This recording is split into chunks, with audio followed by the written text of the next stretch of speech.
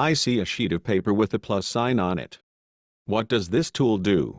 The tool name is Open in TextAid.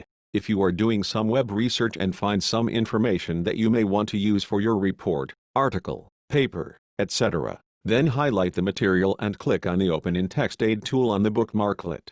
Let's look at an example. We found this CNN.com article on dinosaurs laying soft-shelled eggs. We begin by highlighting the article. An easy way to do this is to press Ctrl-A in a Windows environment, or in a Mac environment press Command-A. Next, we click on the Open in TextAid tool on the bookmarklet. Once TextAid has opened and the article appears, navigate back to the website and copy the URL. We are right-clicking on the URL and will use the copy function.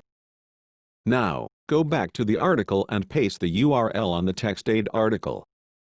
Let's save the article by clicking on Save, and give it the title, Soft-Shelled Eggs of Dinosaurs.